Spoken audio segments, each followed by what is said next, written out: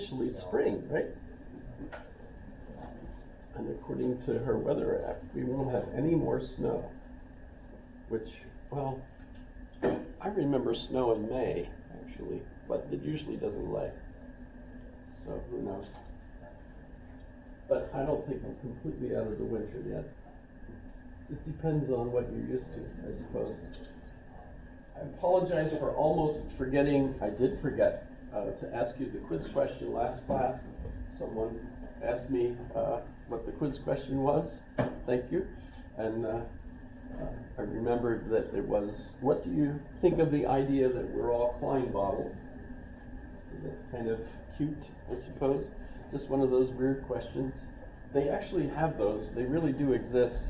And if you click on the video that I had posted on our notes, it's the teacher that runs around on the stage is carrying a Klein bottle for a big one. They're expensive though. I wanted one when I first discovered them, and I thought either my son could make me one, which, well, he never did, or I could buy one, and I looked them up online, and even a little one like this is like $45, and that was years ago, so I don't know what they are now. So I said, oh, the heck with that. But it's a cute idea, although it can't exactly be, well, because it only has one opening that you can see, and obviously we have more than that. So that's kind of intriguing. But I think what puzzles me and why I tie it in with Leibniz is the question of we're monads, and at the same time, you know, it seems obvious that we ought to be a collection of monads because we have hands and cells, you know, all kinds of cells. By the way, as far as I know, Leibniz was the first one to recognize life under a microscope. So, I mean, he didn't invent the microscope, but Leeuwenhoek, I guess, who was the one who is credited with making the first microscope, saw cells, which he identified as in cork. So looking at cork, he saw these empty cells, which he referred to as cells, and that's the same name that the rooms that monks lived in an abbey were called, and that's what he was thinking of. It looked like individual rooms for monks in the court.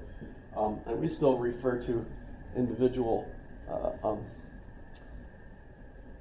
would you define the cell? You know, it's not an independently living thing, because it depends on the whole body of the creature, unless it's a single celled creature, right? But assuming an atom is about the size of the things that Leibniz is thinking of as monads, as units, you're thinking, well, if those are the monads, what about, you know, the whole rest of the body? Obviously, that would mean what? We're billions of monads in one, but whenever he talks about us, he refers to us as a single monad. He even refers to God as a monad. So it's very confusing. I don't know exactly how to explain it. I'm just saying there it is. It's very strange. And our contemporaries are finding him fascinating because an awful lot of the quandaries his philosophy seems to present are almost the same kind of thing that you see when they're talking about quantum physics and, you know, Heisenberg's uncertainty principle and all that kind of stuff. So it's interesting, philosophically, why he's there. I also wanted to point out that his idea for monads might not have been his idea. It actually came to him in a letter from Lady Anne Conway. So that's kind of interesting. Another example of a woman being the first one to have an idea and not getting credit for it by anybody. There you go. That's just kind of a shame. But there it is. Lady Anne Conway.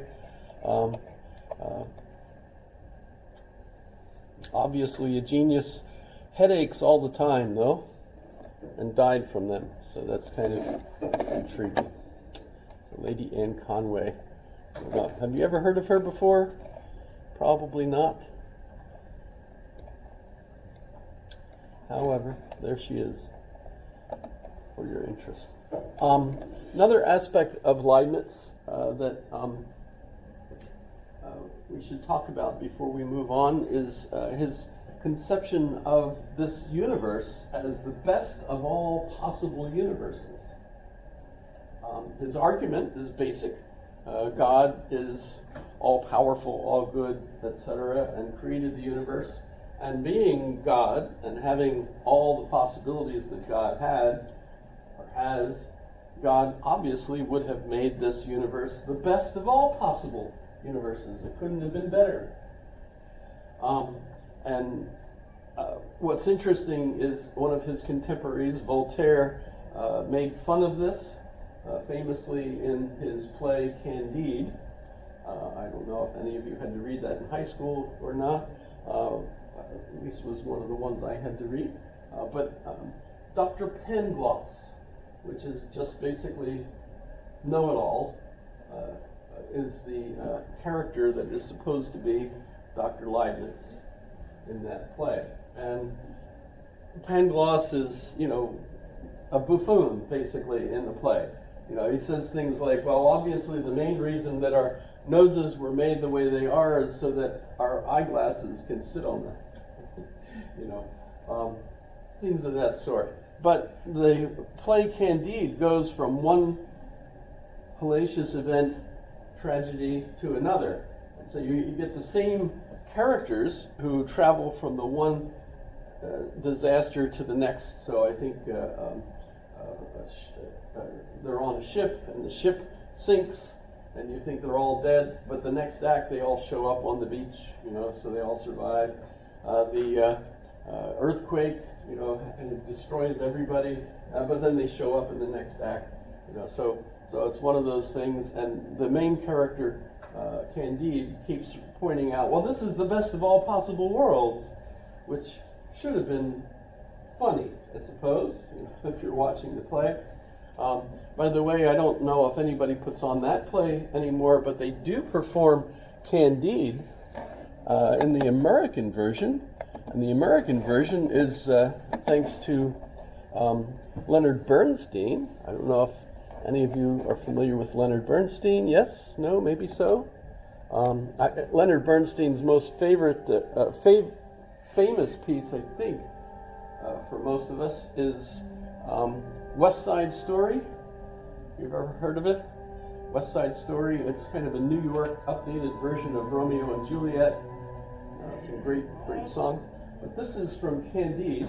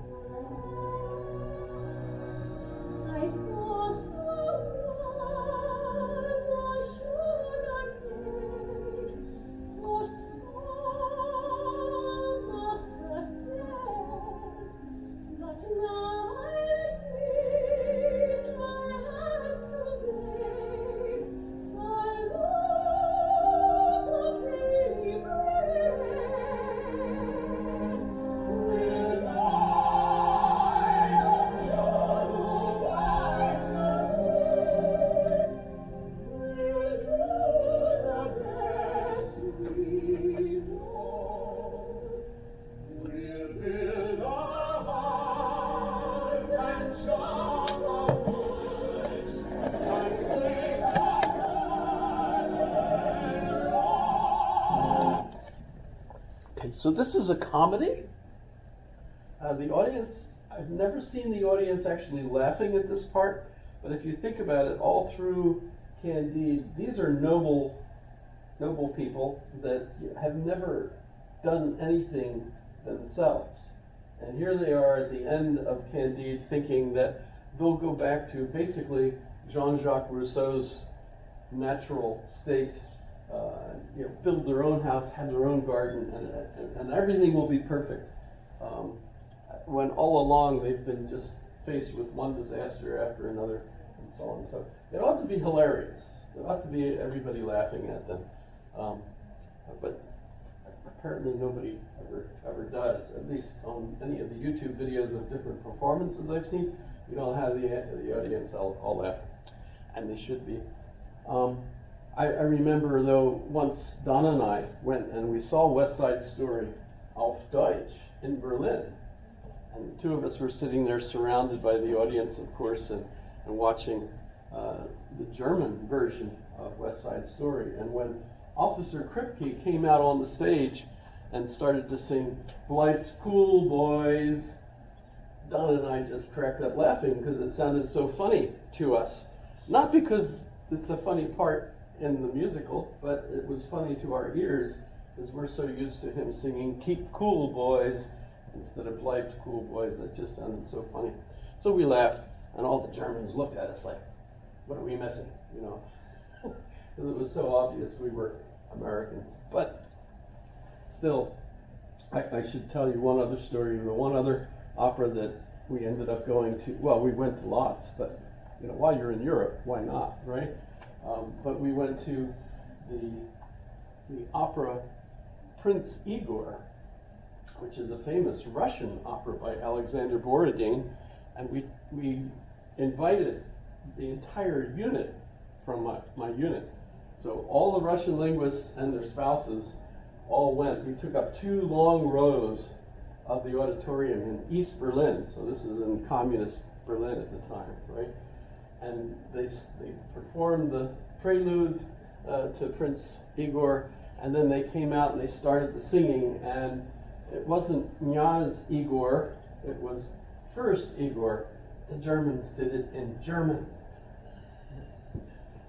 Okay, you had to be there, because both rows of my colleagues all turned left, eyes left. That was a very military precise motion. They all looked at me like, but you invited us to a Russian opera.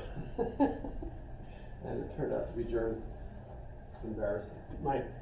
I was only an E5 at the time, and the E6 said to me, next time you invite us to a Russian opera, make sure it's in Russian. It wasn't my fault.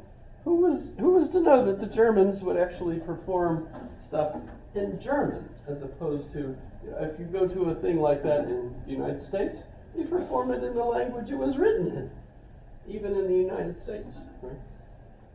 Except for odd ones, like the Magic Flute. They always do that in English now instead of in German. But Puccini, they always do that in Italian. La Traviata, all those. So that's one of the reasons I ended up being interested in foreign languages, because I kept going to operas and reading the libretti so that I knew what they were saying. However, Candide. What's wrong with Voltaire's critique of Leibniz's "this is the best of all possible worlds," as if everybody was just going to have a wonderful time, as if it was going to be Eden for everybody. That's the way Voltaire obviously took it. But that's not at all how Leibniz meant it.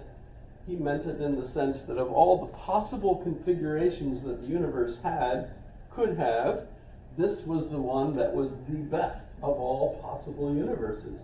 And a perfect example of what I think he meant by that, not positive, is Brian Greene, who in his book, The Fabric of the what? No, I don't want any of this. Well, yes it is. Okay. What are they doing here? I can do this. As a supplier of products that support green building practices, Carlisle is committed to being a responsible environmental stakeholder by helping residential and commercial buildings work toward achieving net zero. Learn more at carlisle.com. Lying just beneath everyday reality is a breathtaking world where much of what we perceive about the universe is wrong. Physicist and best-selling author Brian Greene takes you on a journey that bends the rules of human experience. Why don't we ever see events unfold in reverse order? According to the laws of physics, this can happen. It's a world that comes to light as we probe the most extreme realms of Because the explosions are so bright and uniform, the teams reasoned that these supernovas would act as very precise cosmic beacons, allowing them to track how the expansion of space has slowed over time. The trouble is, supernovas are extremely rare. To find enough of them, Perlmutter spent years calling astronomers around the globe. Okay, you can look him up, Brian Greene. Fabric of the Cosmos is one of the books I think I've already mentioned in class, because when we talk about the different models, his model that he represents as a contemporary physicist model is the frozen river, that all of time exists at once, kind of like a frozen river. He compares it to a DVD, so that if you look at the DVD, for example, of Gone with the Wind, the one that he mentions in Fabric of the Cosmos, all of the pits and everything in the DVD are permanent, but we put it into a player and it appears to move.